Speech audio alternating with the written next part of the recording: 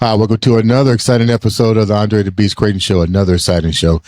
Definitely another exciting guest. Now, I know you know the lady sitting next to me. She's been viral for quite some time. She decided to basically come to Indianapolis and basically say, you know what? I'm going to put the cards on the table. I'm not going to let somebody tell my story. I'm going to put that beast frame of mind together. I'm going to put it out there. This is how it is. I can care less at this point. I'm moving on with my life. The one, the only Miss Jennifer Rosiska. Rosiska, what's up?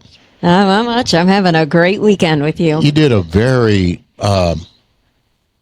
motivational podcast, and you've been helping me co-host to feel comfortable. And I think every episode you've been on with me has been an inspiration for you too. Absolutely. I know there's a reason I was here this weekend. Yeah, definitely the reason why I'm sitting in this seat. So it's been pretty powerful. What without getting too deep, what has been the most motivating part of your story and you coming here to share it with the millions of viewers? Well, it's validating that, so many of us go through tough times, and some really tough times. And I think, when I first initially started with mine, I realized, I got to count my blessings, right? There are still some blessings during those tough times, but recognizing just the resiliency that exists in people and their different approaches to getting through that trauma and coming out onto the other side.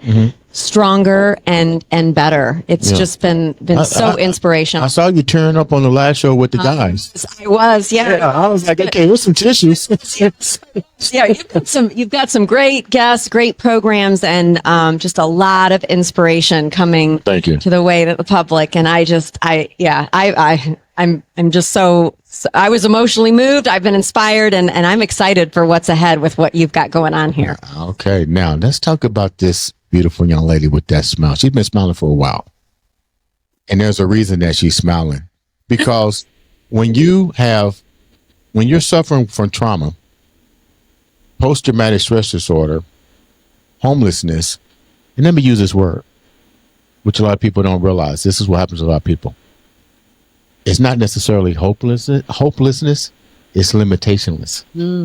When limitations become a handicap for you, a lot of times hopelessness is the next feeling to pop up in your life. For sure. This young lady has met the faces of all these demons right here. And she's going to tell us how she basically said, no more. I'm going to put my beast mindset together and I'm going to go make a difference. So let's welcome to the show, the one, the only Miss Tiffany Strickland. What's up, Tiffany? Hi, how are you? I'm doing great. Sounds like you're from South Carolina Gamecocks. I am South Carolina Gamecocks all the way, 100%. I'll try not to hold that against you over here as a Clemson Tigers fan, especially since we've got that matchup coming next Saturday. So Have to be a house divided. Yeah. That's right. Let's get right down to it. Tell the viewers a little bit about you before we get into how you overcome all of these things to be where you at today. Who is Tiffany Strickland? Yeah, so I'm 44 years old. Back in my late 30s, so when I was about 37 years old, I was in a marriage. I'd been there for about almost 5 years. Extreme narcissist, extremely abusive. He raked me through the coals. So by the time he was done with me, I was not homeless once, but twice. And the second time was going to prove to be catastrophic. But he cleaned me out financially. Even though I had 2 young kids, he didn't care, I guess. And I had very low self-esteem at the time. So it was awful. It was a recipe for disaster. But I ended up losing everything. Hold on a minute, Tiff. Let's go back a little bit. This is a 2-part question. We hear this word all the time, narcissist. How did you know he was a narcissist? Like, what signs were he demonstrating? And were you so far low in self-esteem that even though you saw the signs, you try to change this person? Like, let's go a little bit deeper than this. Yeah, so I was too deep in it. I couldn't see it. Everybody else could. Like, what was some of the things he kept telling me, and I just kept going. I wanted to be a good wife. I thought I could change him. when you said everybody else seen it, because later your friends always tell you, what was it that they seen that you didn't see? My family, they could see that he was using me. I had a good job when he met me. I was doing okay in life. You know, I had a nice house. I had a nice car. I had a good job. My kids were taken care of. And I had nice things. And he came into my life and I was lonely. I had just come out of a 5-year relationship with a guy I thought I was going to marry. And he ended up cheating on me with a friend. So he hit me. And my grandmother, who raised me, died about 5 months before that. So those two things happened right before he came into the picture. So I was at an extremely, extremely low point in my life, mentally. Because you mentioned children, and you don't have to be afraid to give me more information. I mean, it's fine. This is a safe zone. Women need to know. People need to know. Like, other people seen it. You had children. I'm trying to understand how you allowed this to make you homeless if you already got everything in place. What was? Yeah. How did he take from you? You had to give in order for him to take. It happened in series. So he would go out and he would go into stores and he would steal stuff, and then he would go to jail, and then I had to pay for a lawyer to get him out, and I had to pay for the bonds. And I would bring him home, and then he would go clean out the bank account, and then I would forgive that. And then it would just, that was a repeating cycle. Like, and it was very, very extremely embarrassing. And it was degrading, but he would just keep going out. And then I opened the bathroom door one night and he was in there doing drugs. So that was the pivot point when I was like, okay, this is not okay anymore. Like, this is the driving force behind it. And he would go into these stores and he would steal stuff. He went to work for an employer. They were doing construction, and he went back in the middle of the night and stole all of his stuff. So he would just go missing for days, and then he would come home. This was in the first year. How did you meet him? Well, we actually went to high school together and reconnected over Facebook. Lord have mercy. Isn't that usually how you met in high school? Yes. Yeah. So I knew him from high school. So he was a kleptomaniac? Yes. But I'm trying to. So what made you analyze that he's narcissistic? That he's a narcissist versus him being a kleptomaniac? Because of the head games, the emotional games he would play with me, and then he was isolating me a little bit at a time from my family. Oh, don't listen to your aunt, she's just doing this. Or, oh, don't listen to your sister, she's just doing this. And so he was isolating myself. So I was starting to cut people off one by one because it was in my ear all the time. Very emotional, abusive. Now, at the time, I didn't know what the word narcissist was. I didn't learn this till later when I went to school for coaching. I think that's the new word. Well, it is. It's the only one that's popped up over the last couple days. Every time somebody comes on the show, I just wait on the word to pop up. Oh, he or she was a narcissist. He was seeing that, believe me, that word went viral. I don't think it just was started in college. Everybody, well, what you show us some narcissistic tendencies. Right. Yeah, I know. I think the word of last year was demure. I think this year it's narcissist. That's crazy. Yeah, I do. Yes. Yeah, I wanted to ask. So you said this was like a cycle. Yes. So what is it? Why, if you saw, obviously hindsight's 2020, but so as this didn't happen just once, then it happened again and again. Mm-hmm. So what was going on inside of you that had, how was it that you were able to justify? So I had this belief in my mind that I was 32 years old when we got married and met, but I had 2 kids. And growing up, my grandparents always told me, you grow up, you go to school, you go to college, you get married, you have kids, and you stay that way forever. Well, I already felt like a lowlife because here I am with 2 kids by 2 different fathers and never been married. And here I am 32, and I'm also a high school dropout. So I didn't live up to any of those beliefs that was instilled in me growing up. And I finally had gotten married. My aunt told me, she said, you waited years to get married and you ended up with a dud. So it sounds like you were so low in your own place. And so yes, it didn't matter what you were almost blind to just his actions and the kinds of things that he was doing, because you just felt like I need somebody in my life. Like, and at least I can find somebody is better than nobody, because being alone and with my history, regardless of what he's doing, I'm better off with him than without him. Mm-hmm. And somewhere deep down, I honestly thought I could change him. Isn't that how it always is? So let's go a little bit deeper.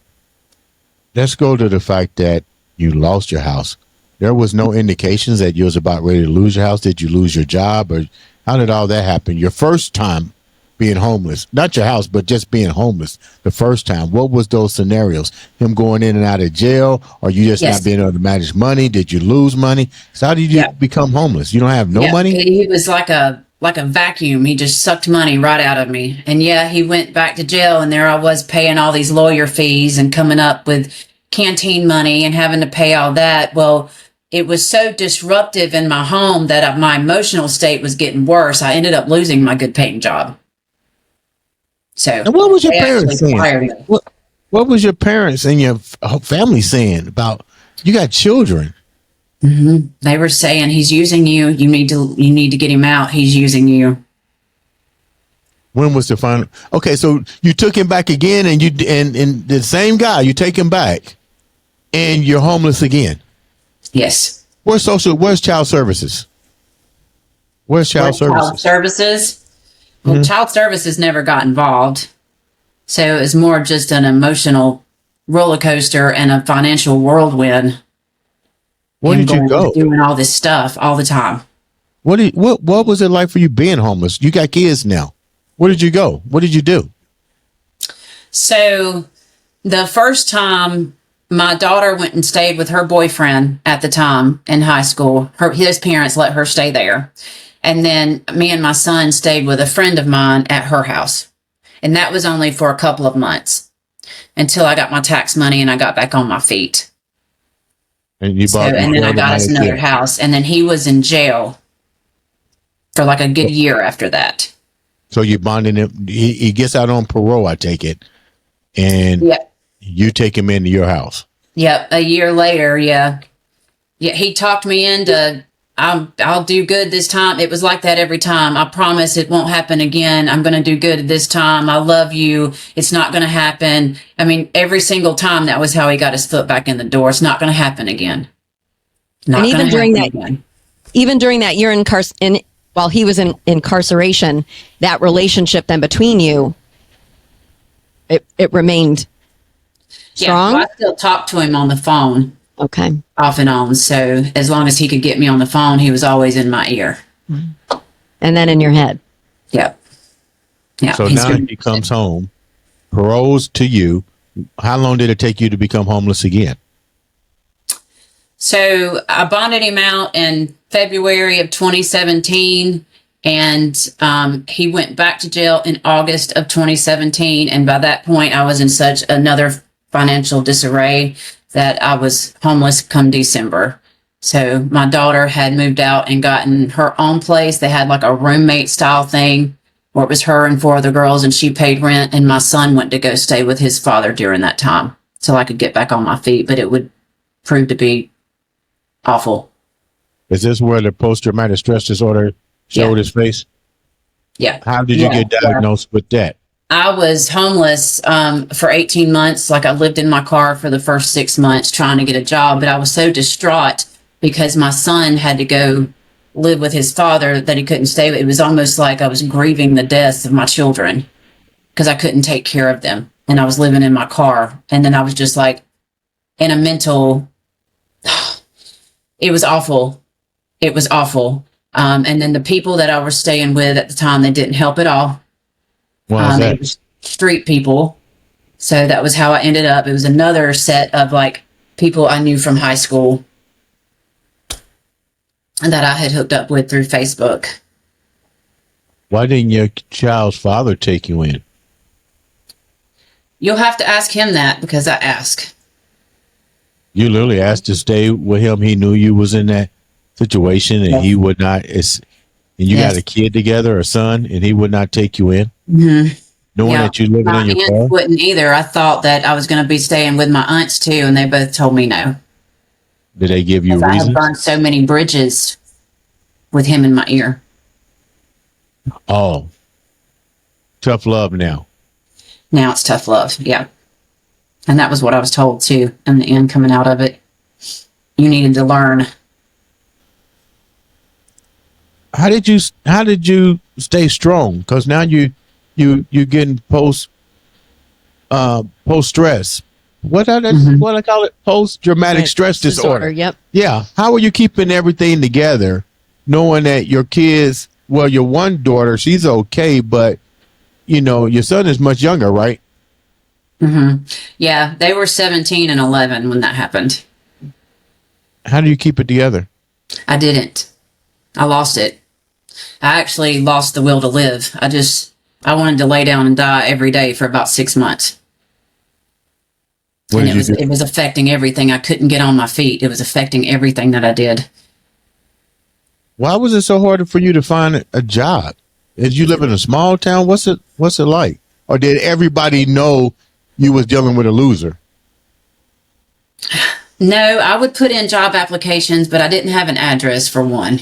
I was living in my car. And then I never did get any phone call back. So I did end up doing housekeeping for about 6 months at a motel, and I stayed at that motel too. I was living there right there towards the end of coming out of being homeless. What changed everything for you?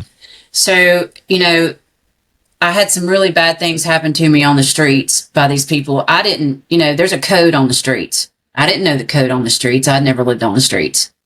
But there's a code people live by on the streets, and, I didn't know any of that kind of stuff going into it. And wait a minute, what is the code? I know. I know. What is the code on the street? So the guy that I was with, I ran up with another guy. So I was with somebody on the streets too when I was homeless. You had a boyfriend? A homeless boyfriend? Yeah, he was a boyfriend, yeah. And he turned out to be a complete sociopath. Well, he beat me in the hotel room one night, and I called the police and had him put in jail. Well, then they all wanted to kill me. So they were threatening to kill me. So that's the code. That's the code. You don't do stuff like that. So the code is a homeless guy. You both in the same situation. Yes. How did you get money to get a hotel room? I was working there. I got a job there. Okay. And did you know he was homeless? Oh yeah. Yeah. We had went into it together. Okay, now we were already together. Okay. This was about 6-8 months into being homeless. So you met him, and then you get on your feet working, you take him with you. Yes. Okay, now it's making sense. So you're in the hotel room. Yeah, okay. I'm like, okay. So now he beats you up, but why is that a code? That's just that's what they were telling me. You don't do stuff like that. That'll get you killed around here. And is that the calling of the police as the code? So calling the police to him was the violation of the code. I called the police because I wanted him gone. I didn't want him around me. I wanted him gone. Like I needed to get rid of him, and he just wouldn't go. So how do I keep ending up with these men? What was the aftermath of that then, of breaking the code, of violating that code? So they lured me into a car and drove me up into the back in the woods to an abandoned trailer. And these people, they were going to stab me to death and throw me down a 400-foot well. You're kidding. How did you get out of that? I had a phone with no service and called 911 and called an ambulance and ran up to the top of the street. They told you that's what they were going to do to you? No, I figured it out. I heard them talking about it around the corner. They had me out there in the middle of nowhere, and I kept asking to go back, that I need to go back to the bus stop, and they wouldn't take me anywhere. And so I knew something was wrong. So why did you get in the car? Why did you get in the car with them again? Well, she was, because I thought it was my friend. You know, this sounds crazy. Yes. I'm writing a book on it. Yes. Why would you still hang around? It was like she befriended me to lure me. Okay. Because she knew that because of what you had done, because you had called the cops, gotten them in trouble. So there was then a plan then in place to retaliate against you for your actions. Yes. So you got away from that incident. Mm-hmm. Were there others that followed, other attempts? I disappeared. They asked me which hospital did I want to go to, and I went to the next town over. And from there, I disappeared. I called a woman's shelter in the county, that's Spartanburg County, 45 minutes up from here.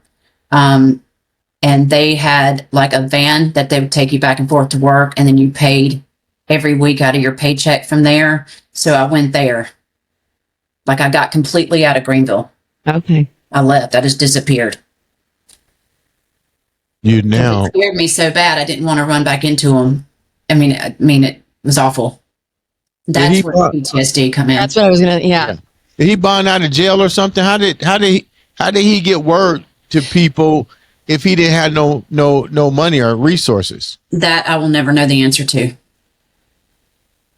Where's he at now? I don't know. Are you afraid? Yes. Do you mean the code to the streets of the homeless? The code to the street of homeless is that deep that people need to fear? Yeah. Is that statewide as far as you know? With these people, it was. I don't know. Now, remember, I had never, that's the first time I had ever been in a situation like that. So, I mean, at least with these people, that's how deep it was. What about your family? After you got yourself in order with your kids and so forth, how did that change the trajectory of your family now?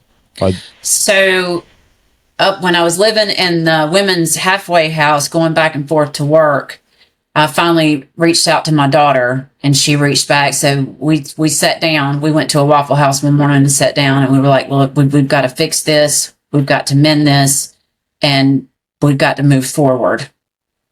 So we did that. And then like a couple months later, she enlisted in the Army, and we got an apartment together right before she went off to basic training. And just from there, I just started working on myself. I couldn't get any lower. I had already been at the lowest point possible. So I had nowhere to go but up. And I got deep into spirituality. I got deep into the Bible. Cause I was hallucinating. I was scared to go out to Walmart. I was scared they were behind me in the car. I would freak out and just start shaking. I was scared to walk the dog out in the parking lot. I was scared they was out there, and I would just shake. I mean, it was crippling almost. And I just couldn't believe it, you know? What was the mental state of your children as you going through this? Well, I sat down. Well, I told my daughter what had happened. So, but my daughter is a very resilient person. She hated to see me going through it, but they weren't there. So my children, they wasn't on the streets with me. My daughter was living in her own place because she was 17. And then my son was living with his father. I still can't get over the fact that, I mean, I know exes don't always get along, but you would think that if you came to me and you don't have a place to live, I can drop the anger and say, okay, come and sleep on the couch or something, but to just turn their back on you all the way, that's sad.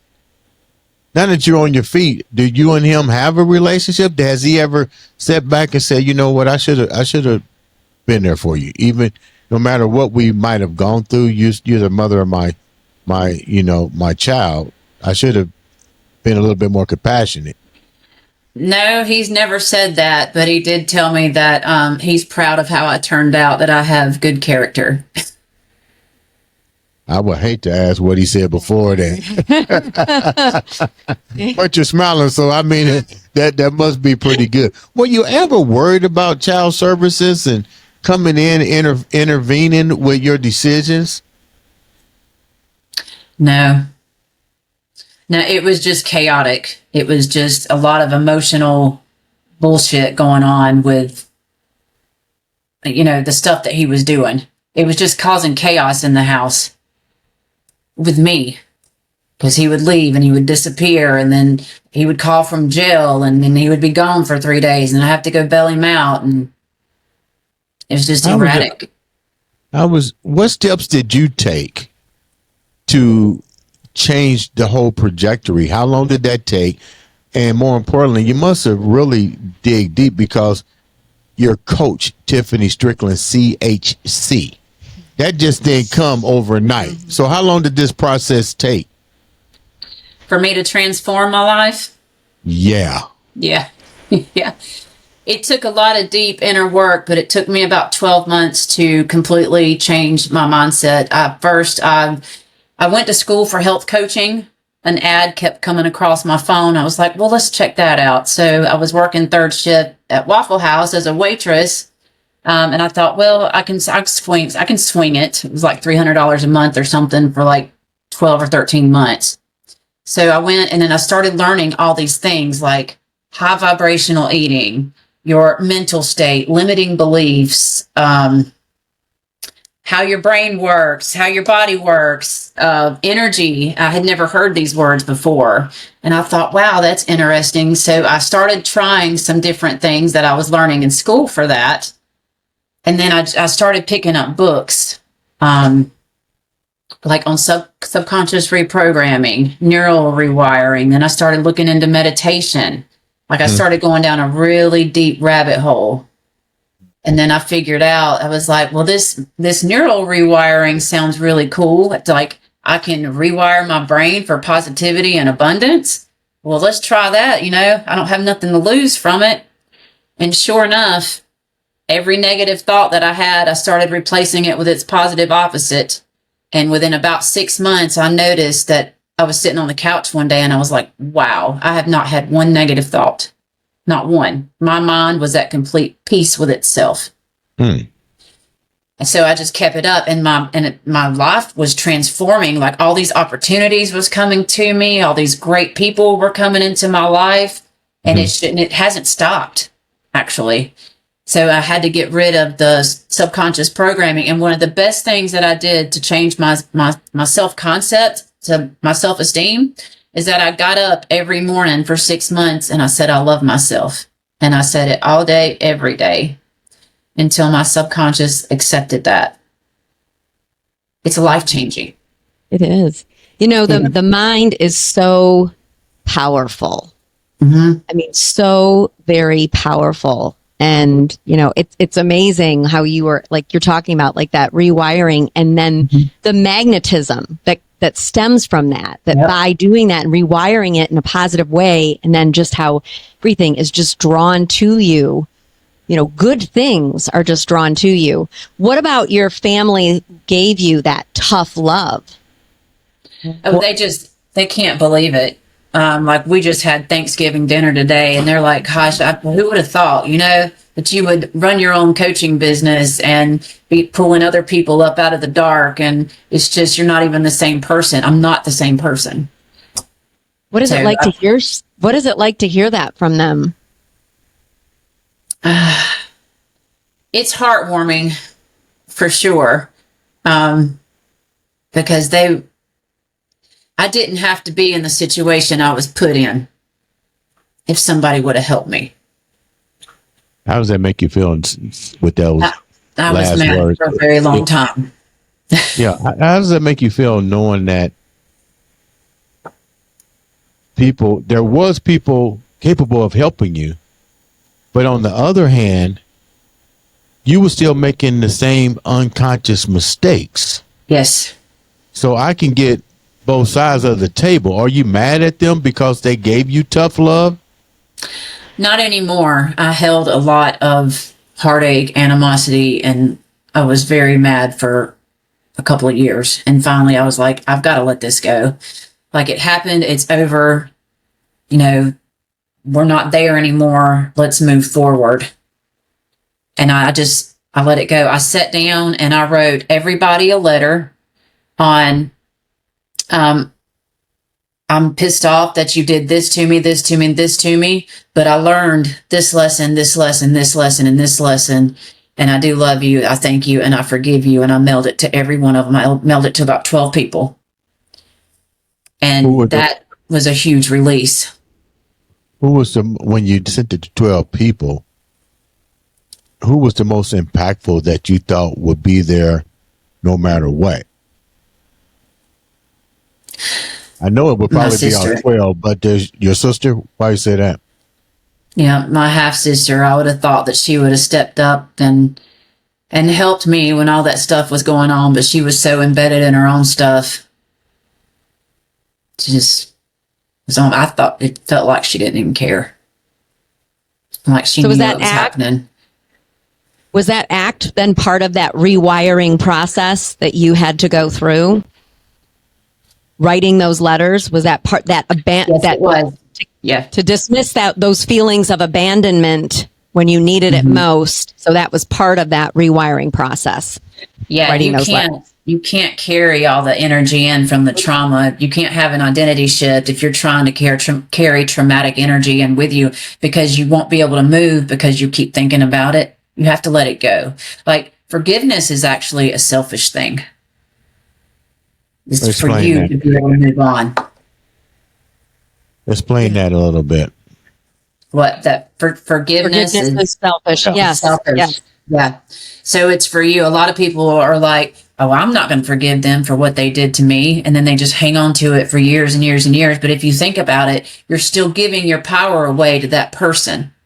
Mm-hmm. They're still holding you hostage because you think about it and you're still upset about it. They're still taking your energy. But if you forgive them and let it go, and the best way to do that is to write the letter. It really is, because as soon as you drop it in the mailbox, you're just like a sigh of relief. What do you? Or you can burn it. You don't have to mail it if you don't want to. At least you have an option. You do. That's emotional release. Yes. I think that's also good to know, because what about something that you're carrying for that person who's no longer around to receive that letter? So the fact that, that is an interesting alternative. I think you like the fact of burning. You're starting to have flashbacks of your own stories. You want to write a letter and then say you're going to burn it. There's a list running through my head right now of some letters I need to write. You're now a coach. What are some of the things that you see in your clients that you saw in yourself? The mistakes and so forth. The struggle. So I work with purpose-driven adults that are trying to achieve big goals, and they have subconscious blocks, or it's a block from something traumatic that happened. People, you don't realize sometimes how deep the beliefs go. When you look at your identity, you develop your identity in the first 7 years of your life. So you're given an identity before you're even old enough to choose one. That's why we turn out like our parents, because we soak everything in that they do. Go deeper with that. Talk to it like talking to Andre as a dummy, like that book, Andre for Dummies. Yeah, like I put myself on it because I don't want to call nobody a dummy, but talk to me like Andre for Dummy. What do you mean when you say that? The identity at 7. The identity what? The identity that we start to shape it at 7, and we adapt that identity moving forward. Explain that. So when we're little, so from the time that you're born till you're about 7 or 8 years old, our brains are in a constant theta state. That's like a meditative state. And we soak in everything that's going around us, that we're learning how to survive, right? We pick up everything from our parents. Everything. Doesn't matter. And whoever's raised you or whoever's around often, And that's why you'll see people turn out just like their parents, even if they say that I'm never going to turn out like that. And then years later, they always end up do, because it's instilled in you. It's a belief system. So it's locked into your subconscious. This is how we survive. So you're given an identity before you're old enough to choose one. How do you break it? And how do you recognize the identity is gone wrong? Yeah, well, you have to recognize your subconscious beliefs. They're pretty easy to pick up. It's when you're saying, I can't, I won't, this won't happen for me. That's a instant block. Self-doubt and self-limitations. Mm-hmm. Yep. You have to, and the way you get rid of it is you rewire yourself. You have to build, you've been thinking the same negative thoughts for so long, you've got a superhighway running in your head. 95% of the thoughts that you think today are the exact same thoughts you thought yesterday, and you thought the day before, and probably even 2 or 3 months ago. So you have to rewire that. And we're just like, our environment, everything you see on TV is negative. A lot of the music these days is negative, and you're constantly soaking that in. So you get beliefs built from that too. And then anything traumatic that has happened to you over the course of your life, as soon as something traumatic happens, your brain has a chemical reaction and immediately impresses it into your subconscious. And then you remember that, and then you usually build beliefs around that as well. But you have to recognize it, bring awareness to it. When you have the negative thought, immediately replace it with its positive opposite. And you do that every day, all day, and you do it for months. At least 90 days till it becomes automatic, because you're building new neural pathways in your mind. You can't just delete negative thoughts or beliefs, but you can make them fade into the background till they're no longer. So you're driving the car on the superhighway, but you're leaving the shit in the rearview mirror. That's right. And it's life-changing. Who taught you that? Who brought this inspiration to you that led you down that path? It's coaching school. When I went to school for health coaching, I was like, wow, there's actually another way to live. I had never heard of holistic practices and holistic healing and all this other stuff. I'd never heard of that stuff before I went to school for it. What did you discover about your identity then as a 7, like by the age 7? So looking back, like what did you discover then about yourself that was formed by that age? So I had a lot of my grandmother raised me. She adopted me at 6 months old. Like a lot of her stuff, like worrying all the time about nothing or things that are completely out of my control. I'm still trying to get a grip on that. I worry about my kids and where they're at and what they're doing, but worrying all the time, like I picked that up. Being like over controlling with my children, I picked that up. What's been the easiest thing for you to change now about the whole concept of genetic rewiring your think process? What has been the most inspirational part of this for you? In my own life? Yeah, your life. Just seeing where I'm at today. If you would have seen me 10 years ago and you would have told me I would be doing this, I would have laughed really hard. Because I was at a place of low. I was very low. And I have never thought very much of myself. I've always had low self-esteem. And that, stems back to my abandonment issues with my parents. Mm-hmm. But just looking where I'm at, if you'd have told me I'd have my own coaching business and I would be helping people to overcome their lack, limitations, and scarcity mindset so that they can go do great things in the world. I mean, it's just beautiful. It makes me cry sometimes when I think about it. This work it's beautiful. It's gratifying. We're getting that noise in the dark for others. Yeah, we're getting that noise again. Okay, now it's gone.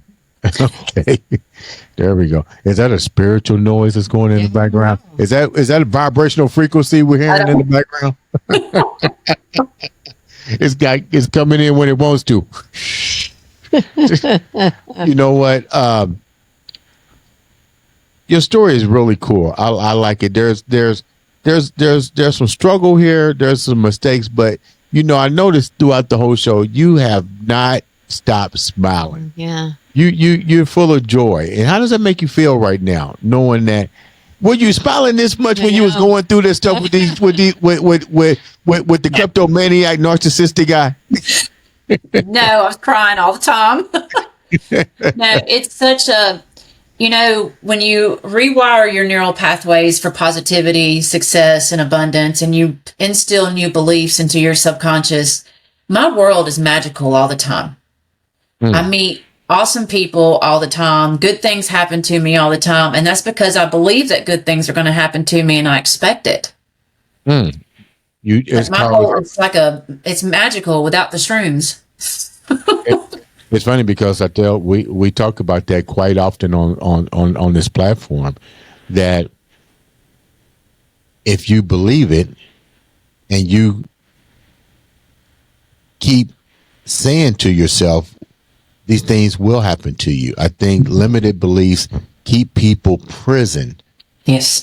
And I think another reason that this happens is because I tell people that's beautifully, it sounds beautiful to people, but it's true. But this is what I tell people too. You got the human factor is still there. And the human factor, this is my theory. The human factor runs like this. We're all designed to have unlimited beliefs system to get whatever we want. Mm-hmm. But we want it right then. It's show me. Yeah. But you're a prime example of show me. Doing that. Yeah. You're the prime example of show me in living color. You know what I mean? You went from the bottom to the top, changed, and was put in those directions to be where you're at today. Now, before I wrap up, my question here is, I also believe, this is just what I believe. I think probably the biggest obstacle here to get to where you're at was the word that people hate to hear. Forgiveness. Even though that shit happened, you have to forgive and let that shit go to the wayside. What's your take on that, Tiffany? Coach Tiffany. Let me give you your dues. Coach Tiffany. Yeah. Yeah, you earned that. I'm sorry. I should have respect that title that's in front. Coach Tiffany. Okay, what's your take on that, Coach? Do it. It's a selfish thing to do, to forgive somebody. But if you're ready to let go and you're ready to not worry about it anymore, do it. Just write a letter. Let it go. You did this, you did that to me, but I learned this, I learned that, I learned this from you and from the experience. And then just, fold it up, mail it, or just burn it.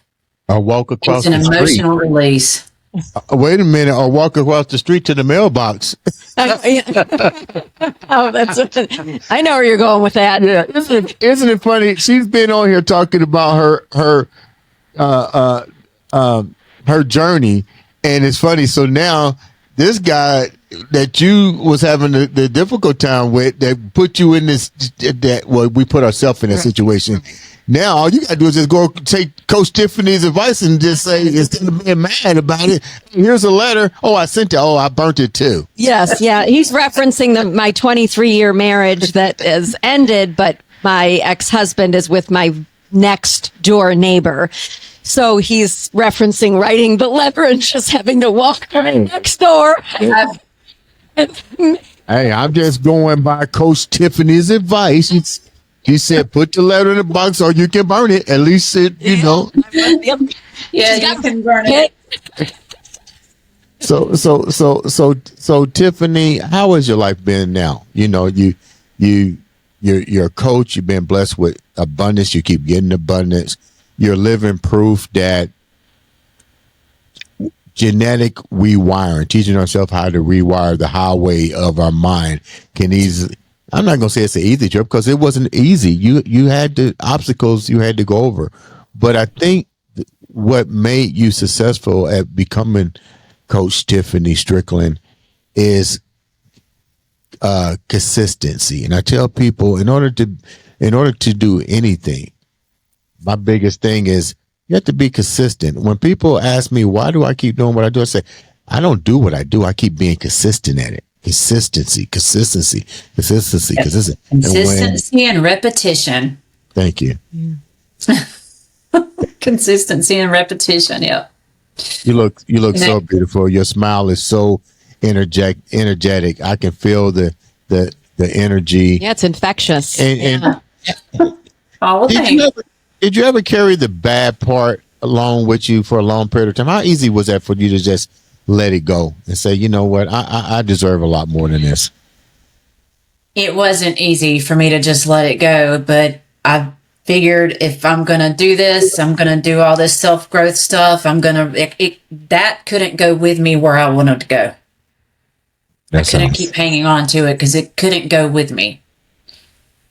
And so is the message to so many people that the longer that you want to stay in that victim mindset, that you are prolonging the time in which you're finally going to get yourself to that other side. Yes, you have to let it go because you're giving your power away to them still. Wow. Forgive and move on. You don't want to take them into tomorrow with you. You want to leave them where they're at. Wow, man. That's Coach Tiffany leaving those words. And look, she says it with such confidence. You want to leave them where they're at. Leave them where they're at. I'm telling you, you do. There's a lot of good stuff on the other side of it. Tiffany, how can the viewers reach out to you to know more about Coach Tiffany Strickland and the mindset change that you can help them to achieve? Yep. So I'm on YouTube as well as Coach Tiffany Strickland.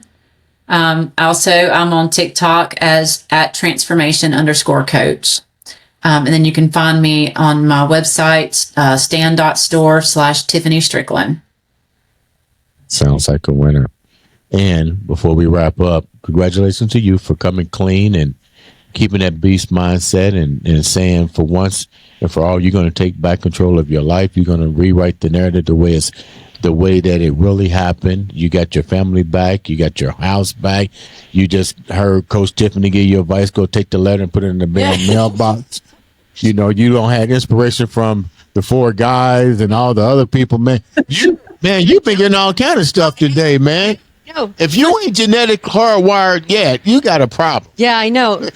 Free therapy, but I'm telling you, priceless. Absolutely. This has been great. Tiffany, I appreciate you taking time to come on the show. We definitely will have you come back, share some more great things that are happening to you, and I'm pretty sure are happening to people that come in contact with you. Ladies and gentlemen, make sure you subscribe, click that button, share. Sometime when you touch a button, it can change the life of somebody else or even a life of your own. This has been another exciting episode of Take It Away, Andre The Beast Crayton. Shoo, shoo, shoo, shoo, shoo, shoo.